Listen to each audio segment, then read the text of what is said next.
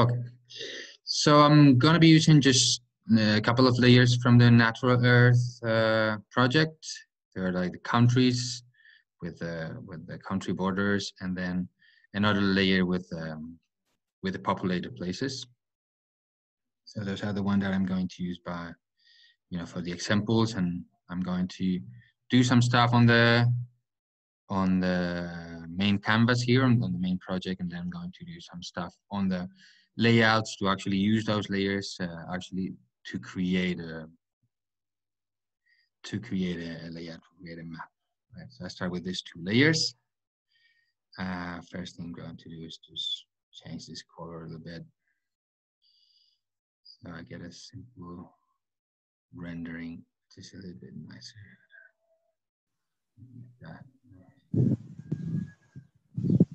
That. So the idea is to create a small map that actually has a part of the world, a layout with a part of the world, like here on Spain, something like these in the map, and then have a guide map that covers the whole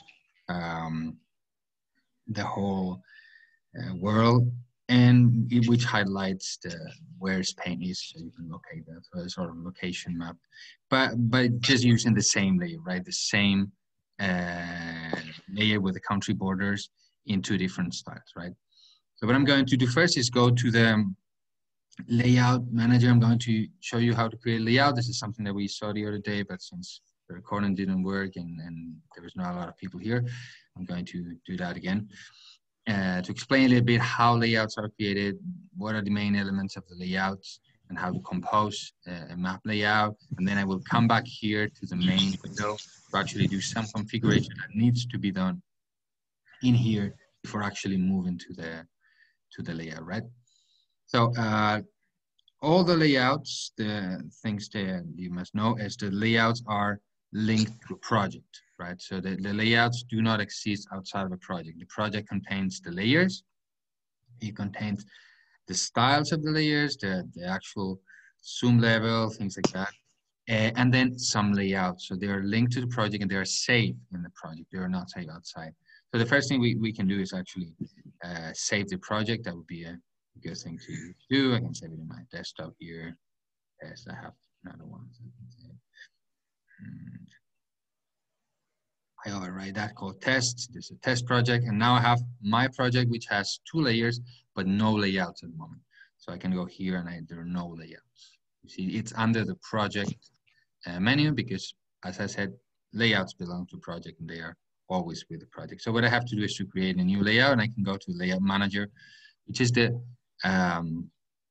entry point for all things related to layouts.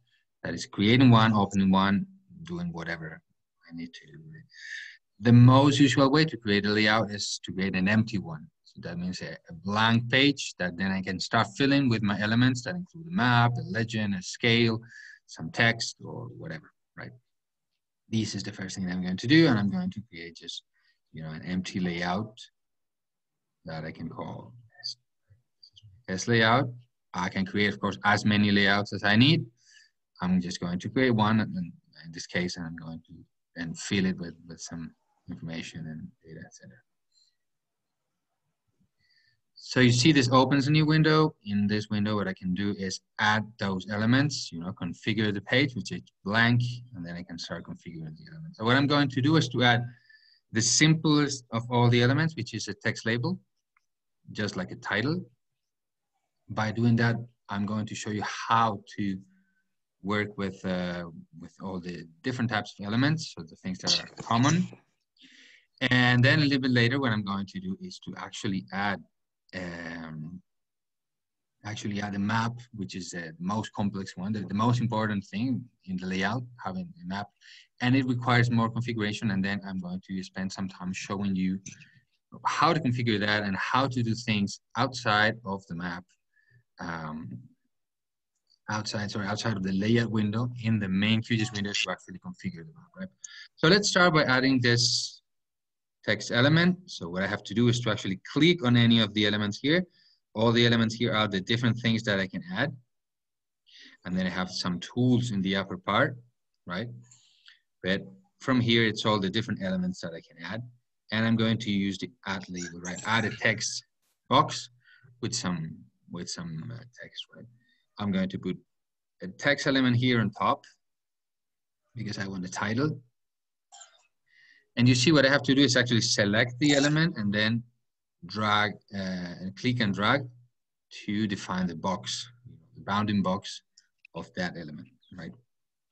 And for each element, I can select the elements with my select move item tool in here.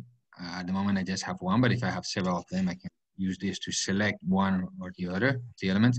And once an element is selected, I have here information about that element, right? I see here the list of elements. The first thing that I recommend you to do is to actually give it a name that makes sense, right? Not the automatic name in here, because then when we want to refer to that, we will use that name. And especially if later we want to automate something using Python, this is the name that we have to refer to. So this is my title. I'm going to call it title. And then there are some tabs in here. The most important of them all is the items property, I would say, because this is where the properties of the element can be changed. This is where I can configure what is inside my element, how it behaves, what does it show, etc. Right? So in this case, it's very simple because this is a text element. So what we can do here is just enter the text that I want to show. In this case, for my title. So I'm going to write a test layout. Right? A test layout. This is the text for my label. It's a bit small. I want it to be a little bit larger, so I can configure some of the other properties here. I can put it center, and I can make the font a little bit larger. Sorry, not here. Something like that, right? So again, what I do is select the label tool. With that, I click and drag to define the box where the thing is going to be. The element is going to be. And once I have added that to my layout, I can edit the properties. In this case, I have added two properties, the font size and the content, the text inside the text box, right? So far, I guess no questions. This is easy. I can move it with the select and move tool. Just click and move that, right? That's that. And you see that when you move, you will see these guides that appear. Just, you show you that you are in the center or you are exactly at the border. When you have other elements, it will show those guides also when you reach the border of another element. So it's easy to align the different elements in the layout, right? Okay, so far this is what I've done. There are other things that I can configure. I'm not going to stop in them all. Most of them are easy to understand. They're like self-explanatory. You just, a frame. I want a frame around that. I click in here and it will show a frame. So it's easy to understand. No need to explain everything. So this is a very simple element, text label, which in this case I have used for the title. Now I'm going to move into the map one, which is the interesting one. Like this was just to show you how to add elements in there. Now let's see how to add the map and then how to configure the map. That is the more complex thing maybe of the layout, because there are many things that you can do, and you can reuse the same layer with different styles and do things like that. So that is something that requires a little bit more work, right?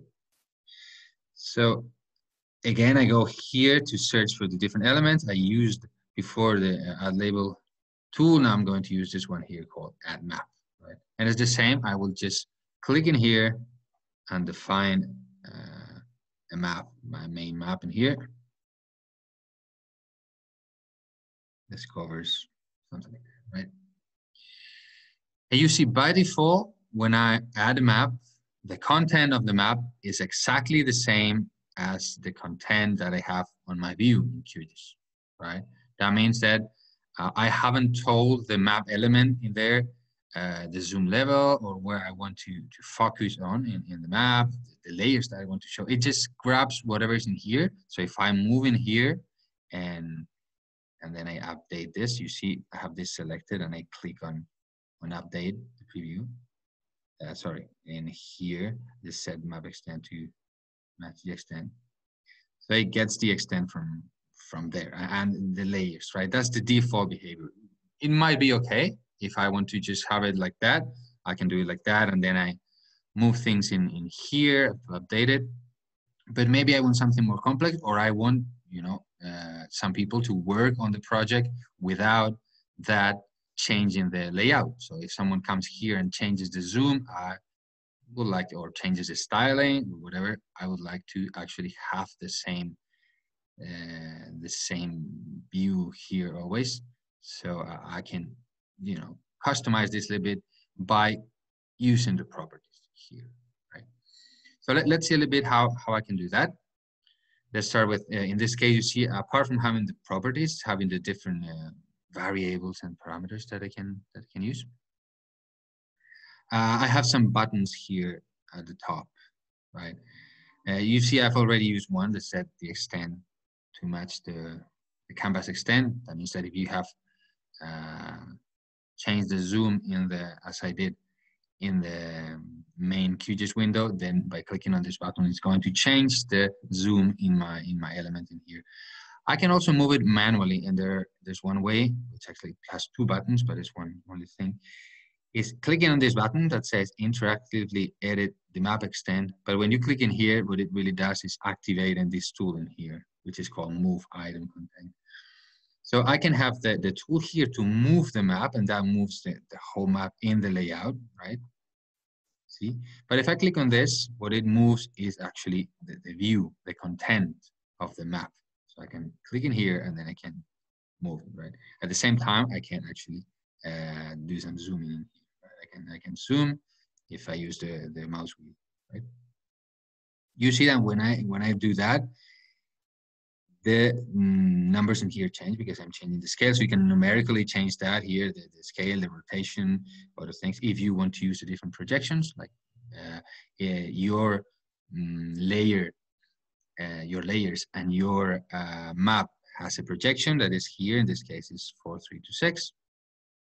This is how it is rendered in screen. I can change that, and it will render on that new projection on the fly for the view. But if I want to have a different rendering in here, I can do it by changing the properties in here. So the way it looks, the map, it will be different. The layers will be projected to this new CRS before being actually rendered on my layout.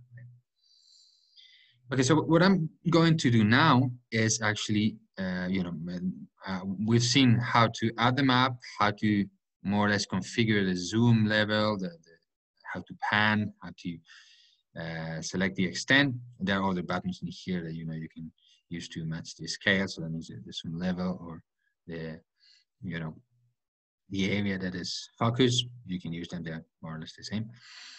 And now what I'm going to do is to actually modify the layers, and that's the most flexible part, maybe the most complex one to understand, but it's easy anyway. But it's the one that requires a little bit more of knowledge, maybe. So what I'm going to do is to actually have two maps. I'm going to have, instead of just one map, I'm going to have, let's say, this main map, like focus like this on Spain. I want to show Spain in here, right? Something like that, right? And then I want to have another map, like a world map, that I can put on top of this one, right? Let's say in here. Let's have another map in there, which I wanted to cover the whole extent of the world, right? So I have Spain here, and then I have some sort of guide in there to show where exactly Spain is in the world. So I show the whole layer with all the countries and one of them highlighted, something like that. You see that I have added another map, and by default, what it does, it actually takes the same content. It actually takes what you can see in here, right? It takes that, and it means it takes the same layers with the same style. That means I have the points layer, and I have the I have the countries layer, right? But maybe in this case, I don't want to show all those points. I don't want to show that layer. And maybe I want a different style for the polygons. Right? How do you do that? So with the same layers, what I have to create is what they're called in QGIS themes. That's different ways of styling the content of the project, right? So I want to have two different themes. One theme that I'm going to use in here, let's say this is okay. It's just some field for the polygons and showing these points.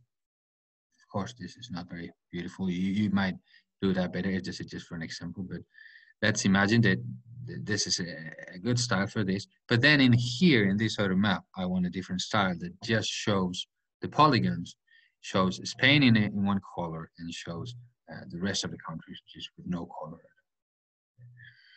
So this is what I'm going to try to do. I'm going to create two different themes. Those are two different ways of showing the information. And then I'm going to link this map, the big map, with one of the themes, which will contain the two layers. And I'm going to link this map to the other theme, which just contains the polygons with a different style, right? So now I have to go out. I have to get out of this part of QGIS, of the layout, and I have to go to the main QGIS window to actually do that. Right? So I go here, and I'm going to create those themes. So the first thing I'm going to do is actually to create two styles for the polygon layer, because the points layer, I'm going to use it with this simple style, or I'm not going to use it in one of the themes. But for the countries layer, I'm going to use it with one style in one case and with another style in the other case. So I have to create two different styles. And in QGIS, we have a very useful function that allows you to actually create, define the style in the usual way. You can edit the symbology and then save that style for the layer in the project, so you can quickly change between the styles. If you select the layer and you go to the style section, you will see that there's something called add. And these adds a new style. So it's sort of naming the style, right? Give a name to that style, and then you can actually modify that style. So let me add a new style, which I'm going to call, big map, right? So this is a style that I'm going to use in the big map, right? And that's just this style, the style that I have at the moment. Right? So now you see that in the styles, I have the big map style. Right? And I can change the default, which is basically the same in this case, right? The other one, got a big map. And then I can add another style that I can call small map. And this is the style that is actually going to be the best one for the small map, which I'm going to edit that style so it has the red, Spain color in red and the rest color in transparent. So it highlights one single country, right? So I can go to the symbology, and I can, in this case, use rule-based symbology. In case you're not familiar with that, that allows you to select different rules, and for all the features that actually use one of the, they pass the filter in a given rule, they use the corresponding style, and for the other ones, they use a different one depending on the rule that applies, right? So for the first rule, I was saying that I wanted to have the name equal Spain. Let's check. Let me see if we do that. It's useful, more useful to like that. Yes, that's it. Let me see if that looks right. Yeah. Okay, so that's one. So for these, for the features that actually have the name equal to Spain, I'm going to paint them red, for instance. Something like And then I'm going to add another rule, which is for the rest of them, like the else.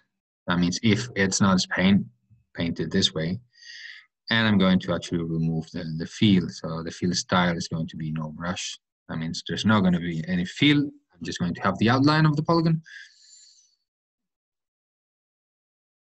That's it.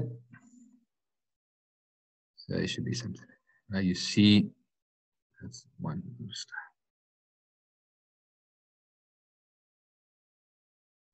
So now I have two styles, and I can, this is the style that is called small map, and I can quickly change between the small map and the big map style. Now, I define this. For the big map, I'm using a style that shows all the polygon in the same way. And I have another style here. These styles are going to be saved along with the project as well. That means that they're not outside. You can export them if you want, but if you don't do that, when you save your project, apart from saving the layers and the current style, it's also going to save the list of other styles that you have in here, right? So that means that when you open your project, you will have those styles here, in case you're not familiar with this feature of QGIS. So these are styles, but I mentioned that when you want to use different configuration in the layout, you don't use the idea of a style, you use the idea of a theme. A theme is as a different level. It's not just something for a given layer, it's something for all the layers. So it's a set of styles and layers, and which layers are visible, which layers are not visible, the properties, the visibility that depends on the scale, all those sort of things. Those are the themes. So I have to define now two themes. One theme is going to be actually like this. So that means only the countries of the world with the country that I want to highlight, in this case Spain, rendered in red, and the other, and no points, no populated places, and the other one is the populated places and the other style, right? So instead of having to manually change those elements, I'm going to define two themes, so then it's easy to switch between one theme and the other. That's usefully in here in the interface, but it's also needed if I want to actually have two maps with different rendering in my layout, right? So how do we create themes? To create a theme, you go here in the list of layers, and you will see this button here that has an eye, and you see the help, it says manage map themes, right? So you see I don't have any theme, but you can add themes. I can add one with this current configuration that is going to be,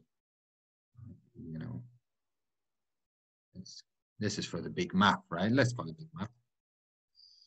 This is the one that I'm going to use for my bigger map, right? So it's the map in detail that contains more stuff. It contains the populated places layer, right? And then I want another one.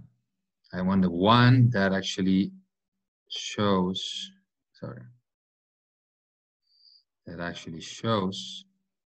your other style. So the small map style for the countries and no populated places. So I can add another theme. Call small map. Right? So now I can manually do changes in here if I want to do any manual change of the styling, but I can also now click on this button for the manage in the, let me show that tooltip in here. The manage map themes. And I can click in here and now I see the list of all the different themes. I'm currently on the small map one. I can change to the big map one and you see it changes. And not just the style of one layer, but also the visibility of the other one, right? So I have grouped that configuration of layers plus visibility plus stuff. I group them in two different themes big map and small map, and then I can easily switch between one and the other. And the good thing is that now I can have two different maps in my layout, because I can link the content of the map to one of this theme or the other. So now, if I want to, I don't have to have a map that contains exactly the same as the view. So I can do things here in the view. I can change the styles, I can change the colors, I can do whatever.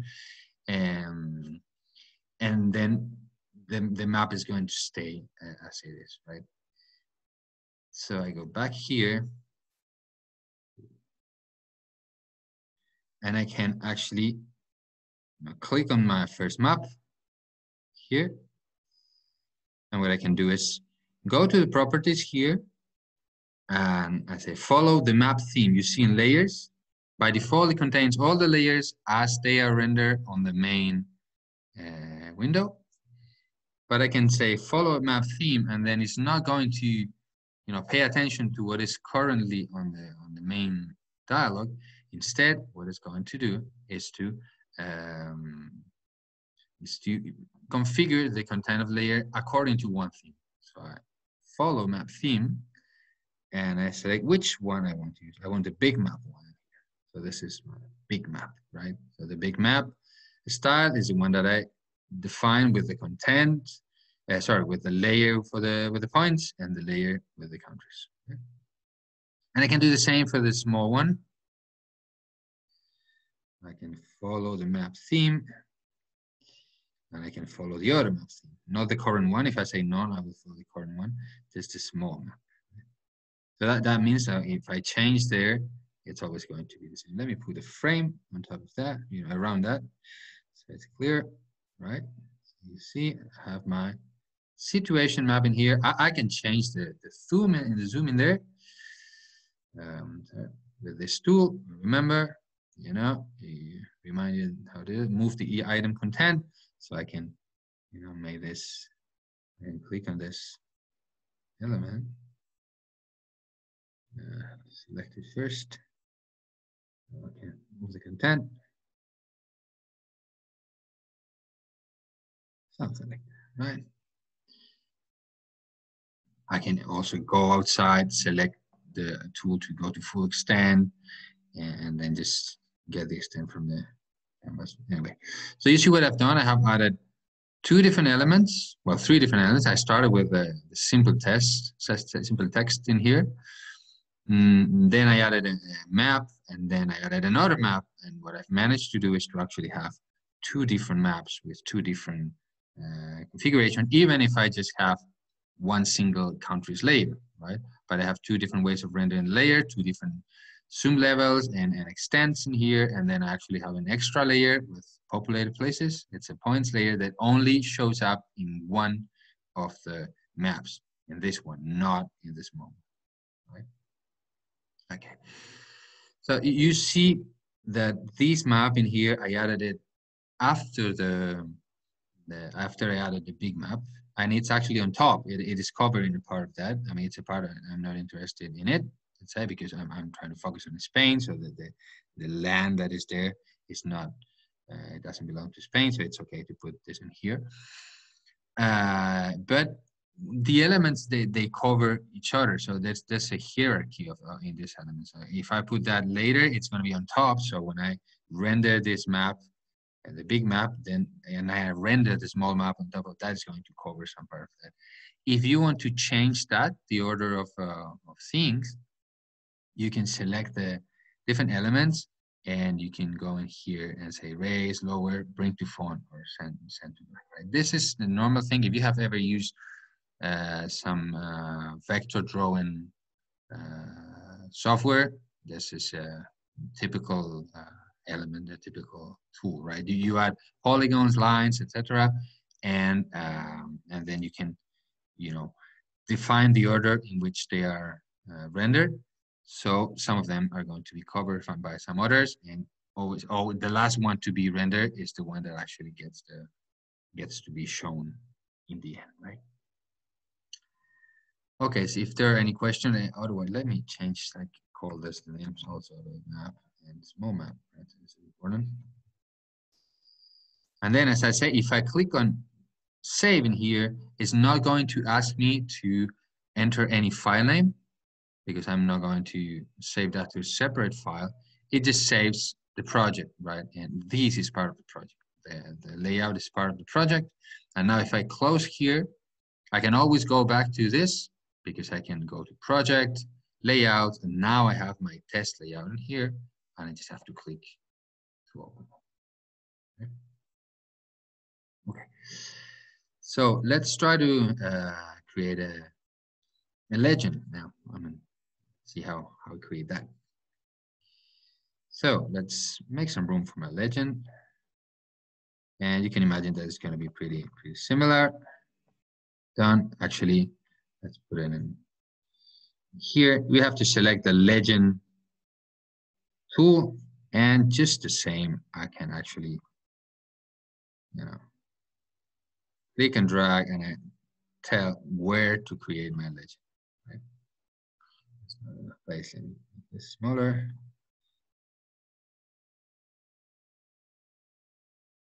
That.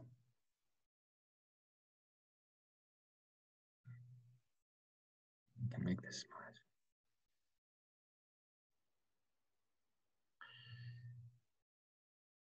So you see, by default, what it takes, the legend is same. It takes whatever is on the, whatever layers are in here, right?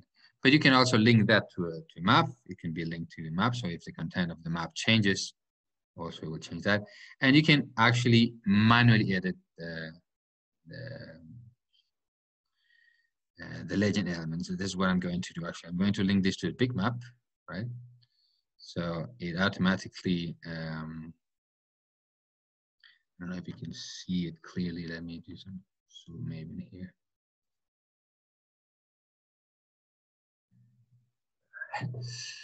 Okay, so you see I have the two layers. I link this to the big map one. At the moment, there's no need for me to change anything. I'm sorry. Yep. I'm afraid we're left with like 2 minutes.